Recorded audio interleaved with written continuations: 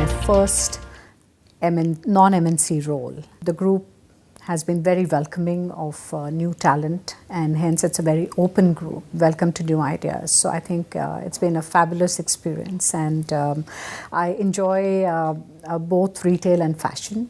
So in many ways, I think it's the best of all worlds, with a great sector that I enjoy as a passion, and a great organization and a great group coming together.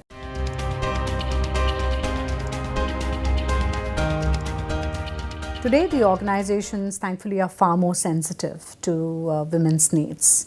But let me tell you first a little bit about what they are. I think the first and foremost is women are different versus men, and I think that's the whole issue. So when diversity is actually all about gender equality, and recognizing that one gender is different from the other, and hence their needs are different.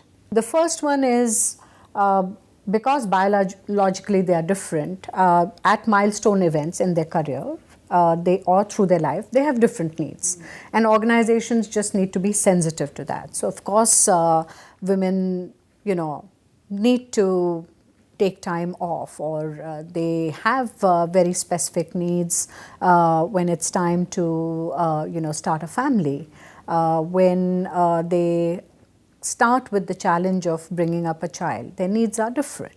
So I think that's just one thing, which is just the biological difference between a man and a woman, and organizations need to understand how do they support women at such points of time. The second bit is more from a psychographic standpoint and a behavioral and an attitudinal standpoint. Women are different.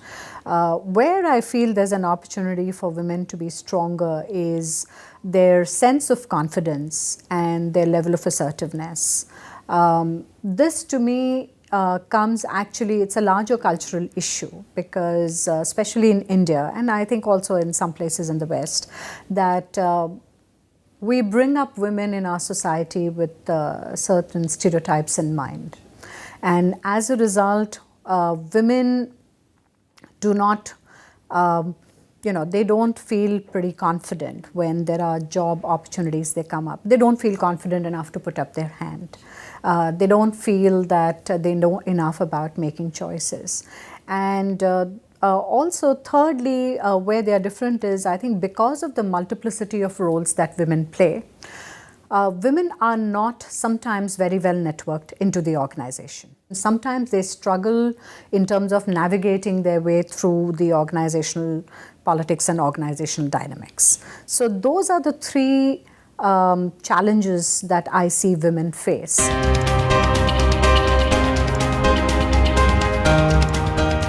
Men and women are different, and neither of them is superior versus the other. To me, they are like the yin and yang. They complement each other, and you need both.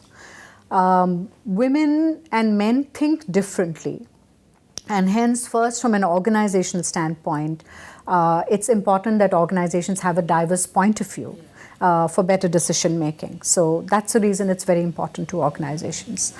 Secondly, I think it's a great resource pool. Half your population is women, whether in India or across the world. And hence it's a pity that if you don't dip into that resource pool, the organization is disadvantaged, and so are the women.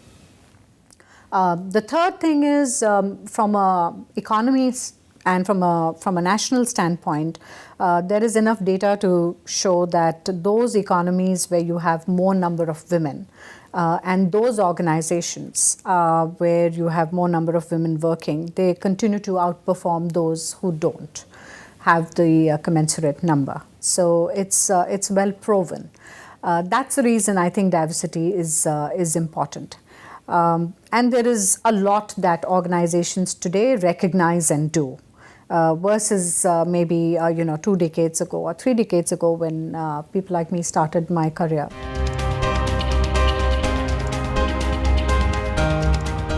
If you have to build an equal opportunity organization, I love to use that word versus just gender diversity. It's an equal opportunity organization.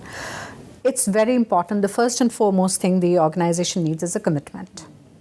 It's a commitment from the CEO of the company. It's a commitment from the top management of the company. And that really means a very authentic belief from the top management that you do believe that diversity is important for the reasons that we just discussed, rather than just saying it's a number that needs to be reported. We need to know why women can create a better workforce for us and believe in it. And once you have that commitment, what you measure is what you get. So it's important to measure it. So for example, it is important for every function to carry a goal in terms of numbers, to make sure it happens. I think it's equally important to make sure that every single metric in the organization from an HR perspective, be it the hiring, be it the kind of number of promotions, be it the attrition tracking, be it wage parity. I think having committed to it, it's important that you do it in a very authentic fashion with complete integrity. And you make sure that women don't get left out. So it's important to monitor all these metrics. So that's the first one. The second one for me is, the second C as I call it, is a cultural shift. It's a shift in culture, it's a shift in mindset. So there are 3 or 4 things. If you go back to why women drop out, and you will see the pyramid, falling sharply at the top. There are a lot of women who start their careers, but they drop as they get into middle management. And hence, if I link that with the causalities or the challenges that we talked about.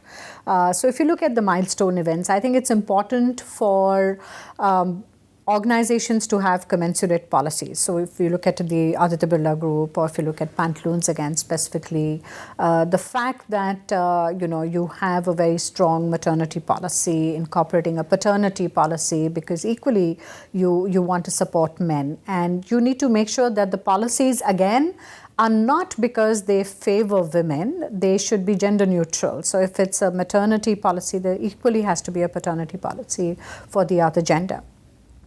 Flexible work time, I think, is again another big one.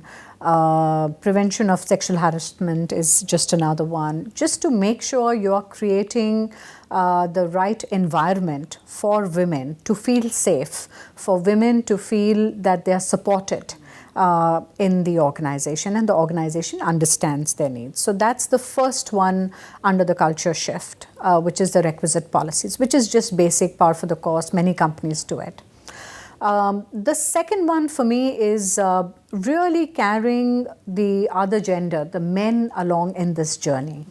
There is a very strong element if you get back to the challenges. One of the important ones is something called an unconscious bias, which is men perceiving women to not be as effective. And these are again perceptions, and these are biases. Or not considering them leadership material for whatever reason. And it's very important that organizations again invest in gender sensitization programs for men to be more sensitive, because most women have men as the line managers. And hence it's very important that men really understand, once the top management is committed, that everybody down the line really signs up onto that vision and onto that commitment. So the whole gender sensitization program, to that there are agencies and specialists who really kind of drive this agenda for organizations. The third for me is going back to the third challenge of confidence and a lack of assertiveness. Women need to be surrounded, and organizations need to create an ecosystem of mentors, of coaches, to make sure that women really have conversations with themselves, to really understand why career should be important to them, and what do they really need to do to pursue a career, and where do they need to make the choices. So providing the right mentors, providing the right support, people to have conversation. When it comes to making choices, it's important to know one versus the other, so that women have all the required support and information to help them evaluate their choices. And finally, the fourth thing, which again in some work that I had done before, which came up as one of the biggest issues, and in one of my previous jobs, we had really understood what really stops women. This was a study that was done across all the Asia-Pacific markets.